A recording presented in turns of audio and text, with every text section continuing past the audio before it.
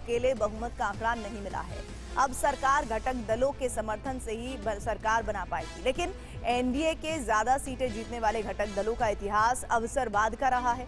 Telugu Desam party, Janata Dal United जैसे दल बार बार पाला बदलते रहे हैं और इसीलिए सवाल उठ रहा है कि क्या बीजेपी को बहुमत न मिलने की स्थिति में एनडीए अटूट रहेगा या बिखर सकता है।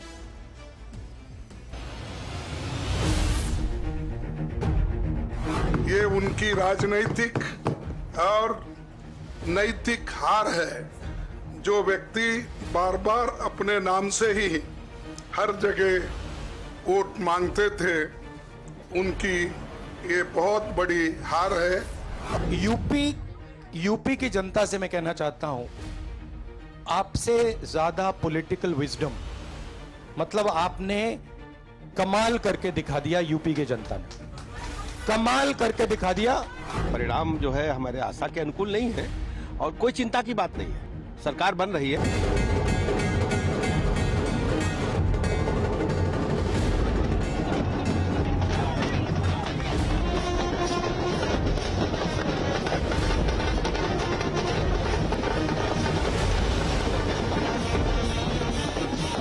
न 2014 जैसा उत्साह, न 2019 जैसा उत्सव।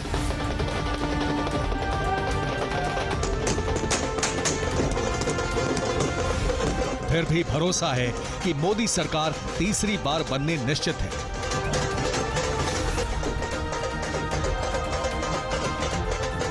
दरअसल नरेंद्र मोदी के नेतृत्व में पहली बार बीजेपी को आत्मनिर्भरता का जनादेश नहीं मिला है। बीजेपी अकेले बहुमत का आंकड़ा नहीं छू पाई, इसीलिए विपक्षी दल दावा कर रहे हैं कि मोदी सरकार नहीं बनेगी।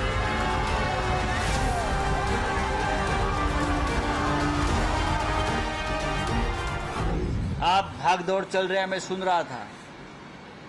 हाथ पांव जोड़ रहे हैं, सबको हाथ पांव जोड़ रहे हैं, हमारे साथ आइए सरकार बनाएंगे। लेकिन मैं दावे के साथ कहता हूं, मोदी जी की सरकार नहीं बनेगी। मोदी जी ने सबसे पहले इस्तीफा देना चाहिए। मोदी जी हार गए। देश ने नरेंद्र मोदी जी को साफ कह दिया है कि हम आपको नहीं चाहते हैं। And this is the main thing that this election has said. The country has unanimously and clearly stated, we do not want Mr. Narendra Modi and Mr. Amit Shah to be involved in the running of this country. ये जो result है, जनता की result है और ये जनता की जीत है और लोकतंत्र की जीत है।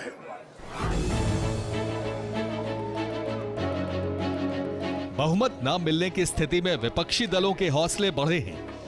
10 साल से डगमगाए आत्मविश्वास को ताकत मिली है, क्योंकि विपक्षी दलों का मानना है कि अगर एनडीए के घटक दलों को तोड़ने में कामयाब रहे तो सरकार बनाने लायक संख्या जुटाई जा सकती है। विपक्ष के इस जोड़ तोड़ को बीजेपी भी समझती है और इसीलिए दिल्ली में महामंथन हुआ। दोपहर में बीजेपी अध्यक्ष जेपी नड्डा के घर पर बैठक बुलाई गई। बैठक में केंद्रीय गृह मंत्री अमित शाह और रक्षा मंत्री राजनाथ सिंह मौजूद रहे। इसके साथ ही 5 जून को दिल्ली में एनडीए की बैठक बुलाई गई है।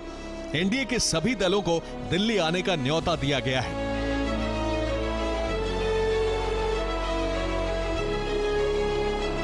विपक्षी दल तीसरी बार मोदी सरकार बनने से रोकने के लिए एनडीए के बड़े दलों से संपर्क में है। सीटें जीतने के लिहाज से बीजेपी के बाद एनडीए के 3 सबसे बड़े घटक दल हैं टीडीपी, जेडीयू और एलजेपी रामविलास। इन 3 घटक दलों के पास बीजेपी के बाद सबसे ज्यादा सीटें हैं। इसीलिए माना यह जा रहा है कि इंडिया गठबंधन के नेता इनसे संपर्क करके एनडीए से अलग करने की तैयारी में हैं। एनडीए के इन दलों का गठबंधन बदलने का इतिहास रहा है। बीजेपी की सहयोगी पार्टी टीडीपी ने आंध्र प्रदेश में भी सरकार बनाई है, लेकिन चर्चा है कि इंडिया का पहला निशाना टीडीपी है।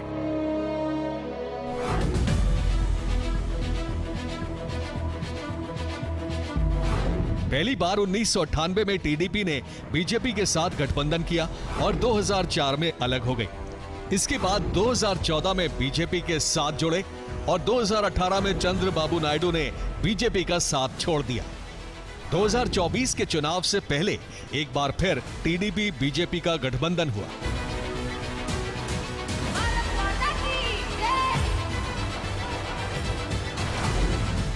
एनडीए की दूसरी सबसे बड़ी पार्टी जेडीयू का भी बार बार पाला बदलने का इतिहास रहा है।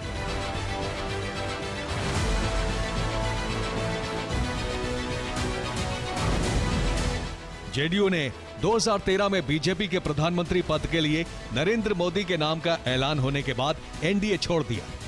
2015 के बिहार विधानसभा चुनाव में आरजेडी के साथ गठबंधन किया। 2017 में आरजेडी पर भ्रष्टाचार के आरोप लगाते हुए गठबंधन तोड़ दिया। 2022 में नीतीश फिर महागठबंधन में शामिल हो गए, लेकिन 2024 का चुनाव बीजेपी के साथ मिलकर लड़ा।